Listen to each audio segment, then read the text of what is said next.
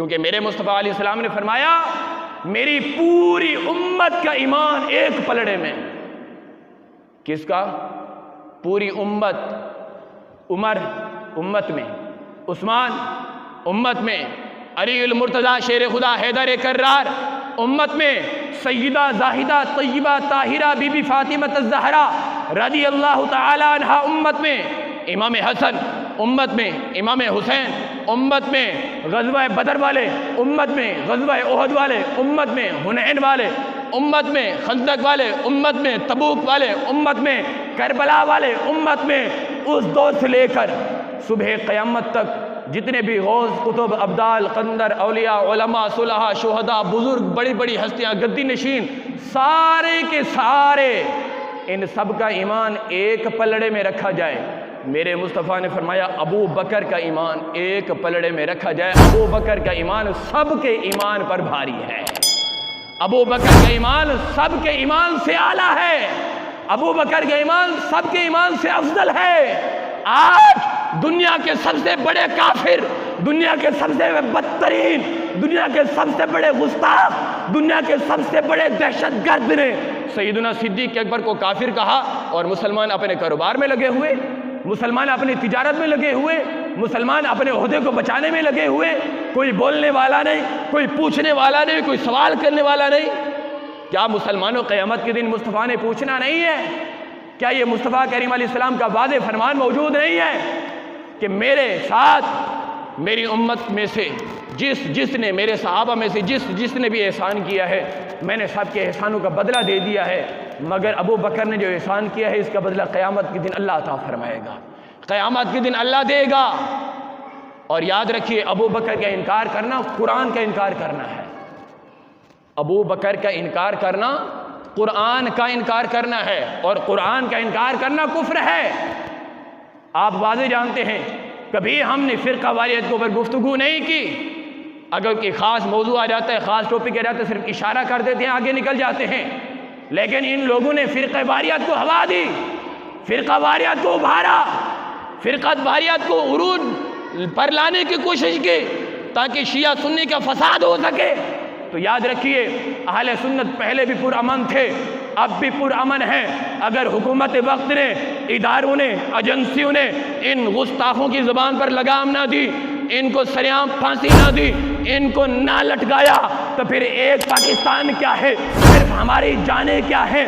ہم اپنی نسلیں بھی قربان کر دیں گے، اپنی آل بھی قربان کریں گے.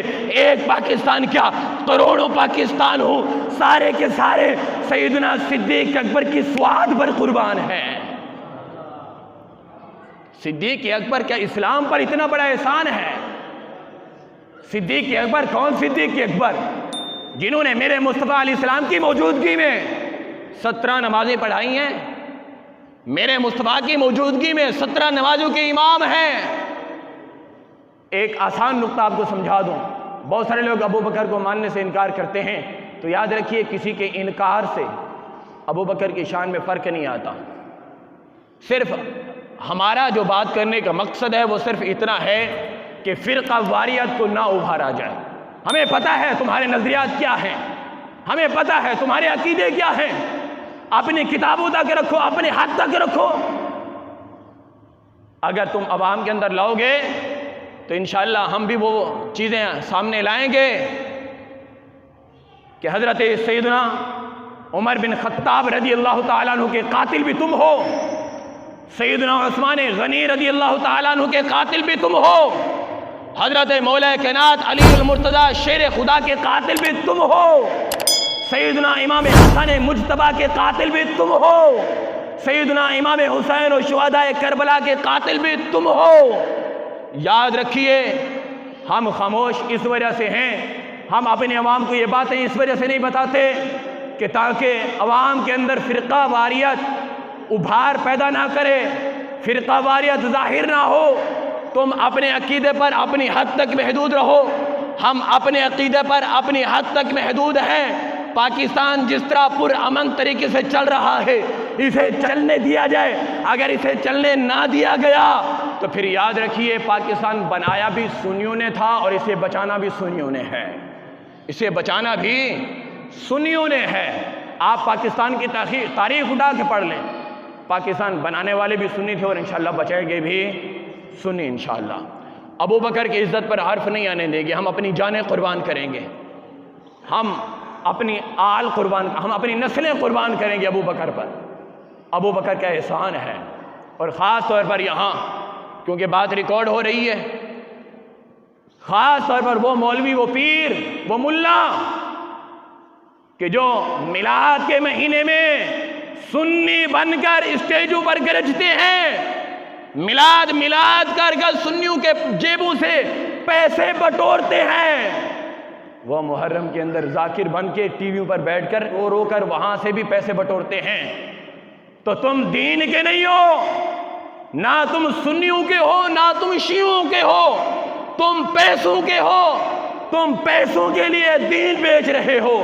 میرے مصطفیٰ علیہ السلام نے فرمایا تھا، فرمایا میری امت میں ایک وقت ایسا آئے گا لوگ دین سیکھیں گے مگر دین کی سربلندی کے لیے نہیں بلکہ پیسے کے لیے دین سیکھیں گے، دنیا کے لیے دین سیکھیں گے، پیسے کے لیے دین سیکھیں گے، دولت کے لیے دین سیکھیں گے، شہرت کے لیے دین سیکھیں گے، عزت کے لیے۔ یاد رکھیے آج میرے آقا علیہ السلام کا فرمان واضح ثابت ہو رہا ہے۔ اور ایک نکتہ یہاں بھی یاد کر دوں، ان کے جو بڑے بڑے ہیں نا دوسروں کے روافظ کے، انہوں نے بھی آصف علوی کا رد کر دیا ہے کہ اس نے فرقہ واریت کو ابھارا ہے، اور بالخصوص سیدنا امیر معاویہ اور سیدنا ابو سفیان رضی اللہ تعالی عنہما کی جو نام لے کر گستاخی کی گئی، اس کو کوئی پوچھنے والا ہے؟ اب میرا آپ سے سوال ہے مسلمانوں، ناموس رسالت پر حملہ ہوا، غیرت کہاں تھی؟ ختم نبوت پر حملہ ہوا، غیرت کہاں تھی؟